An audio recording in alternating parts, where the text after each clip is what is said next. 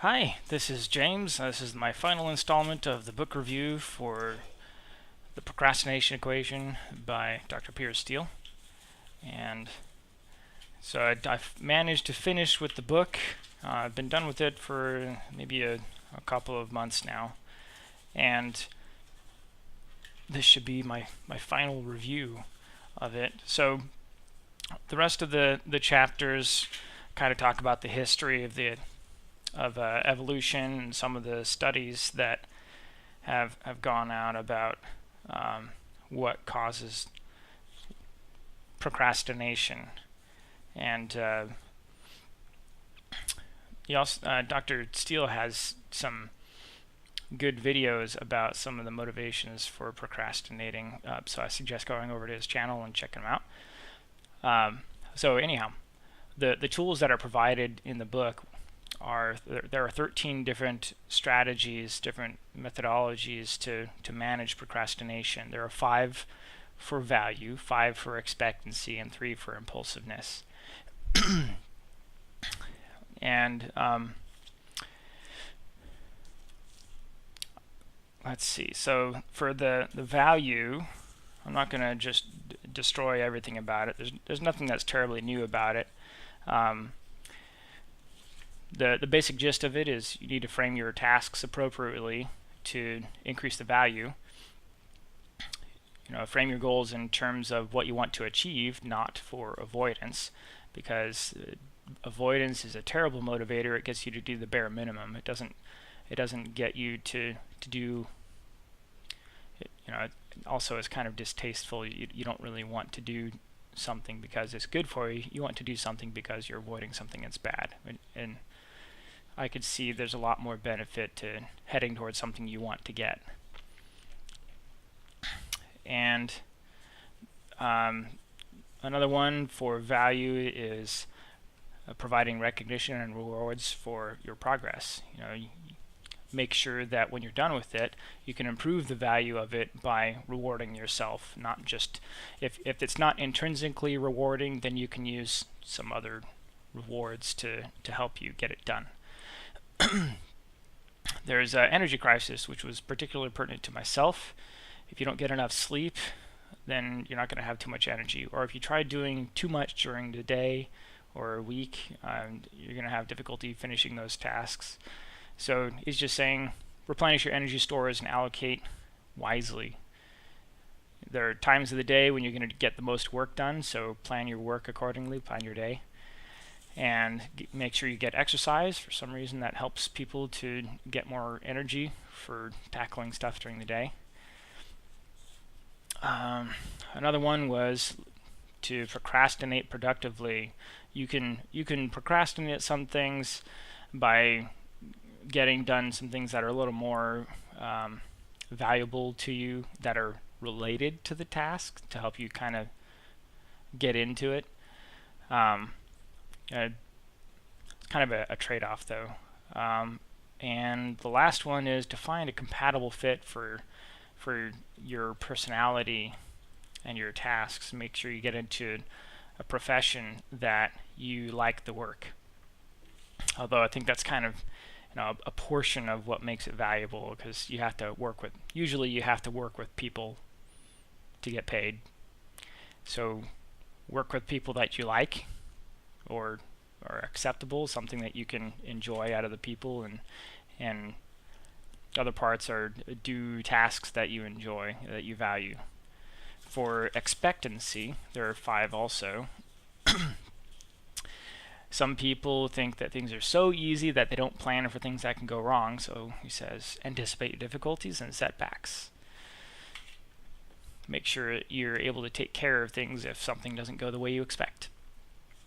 Another is if you have difficulty getting started on something because you don't think it's going to go anywhere, you're not going to do well on it.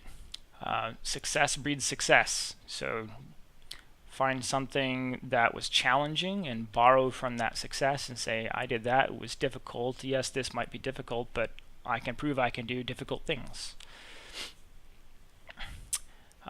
Wish fulfillment was another title that he put in there. Mental contrasting. There's a visualization. techniques, to where you look at your paradise, your dream, find some manageable piece of it, and elaborate on it, get down to specific enough details about what makes it good, and then contrast about where you are now and figure out what do you need to get from where you are now to where you want to be, and off you go, because you want to go fulfill your dreams. Accept that you're addicted to delay. Some of these are exact titles of what he uses for the strategies. It's a lot of people fool themselves into extending their delay by providing excuses. They'll say, you know, I just want to do, oh, I want to watch one show, or I want to play just one game, or something like that. And after that, it just kind of snowballs downhill. It gets worse and worse. You keep going on this extension. And the last is seeking inspiration from stories and groups. Finding people that are in similar situations to yourself that have been successful. And those are helpful in thinking, oh, well, they were able to do it, so I should be able to do it too. So that's your inspiration to say, I can do this. And the last one is where I wish there was a little bit more analysis on it. Challenging and meaningful goals is one of these for impulsiveness. I wish there was more to talk about on impulsiveness. Framing your goals in specific terms, and long-term goals and routines, making sure that you have good goals that would help to override the impulsiveness, because you remember your long-term goals and realize that when you procrastinate, it prevents you from reaching your goals.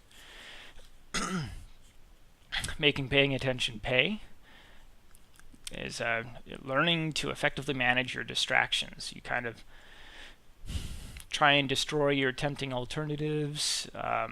You remove your cues that remind yourself from alternatives. That's why I'm out in a personal office. It's not a very big area, but I'm not at a place where I'm going to go play games or watch things. There's no one out here. No one bothers me, so I'm free from distractions. And so you kind of compartmentalize your work and play to avoid the distraction, so you can focus. It improves the probability. And last one was limited time offer kind of ideas, trying to make something. It's almost using your impulsiveness, impulsive behavior to your favor by removing the temptation, making it difficult, or satisfy your needs before it's too intense. And lastly, this is the one that I think mostly plays on the impulsive behaviors. If you make disincentives to temptations, you make it painful to go into that temptation.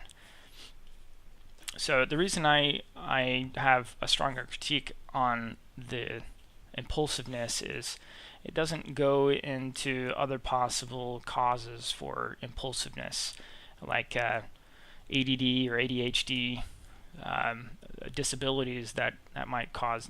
Those are not terribly prevalent or maybe even easy to detect. But I kind of wonder,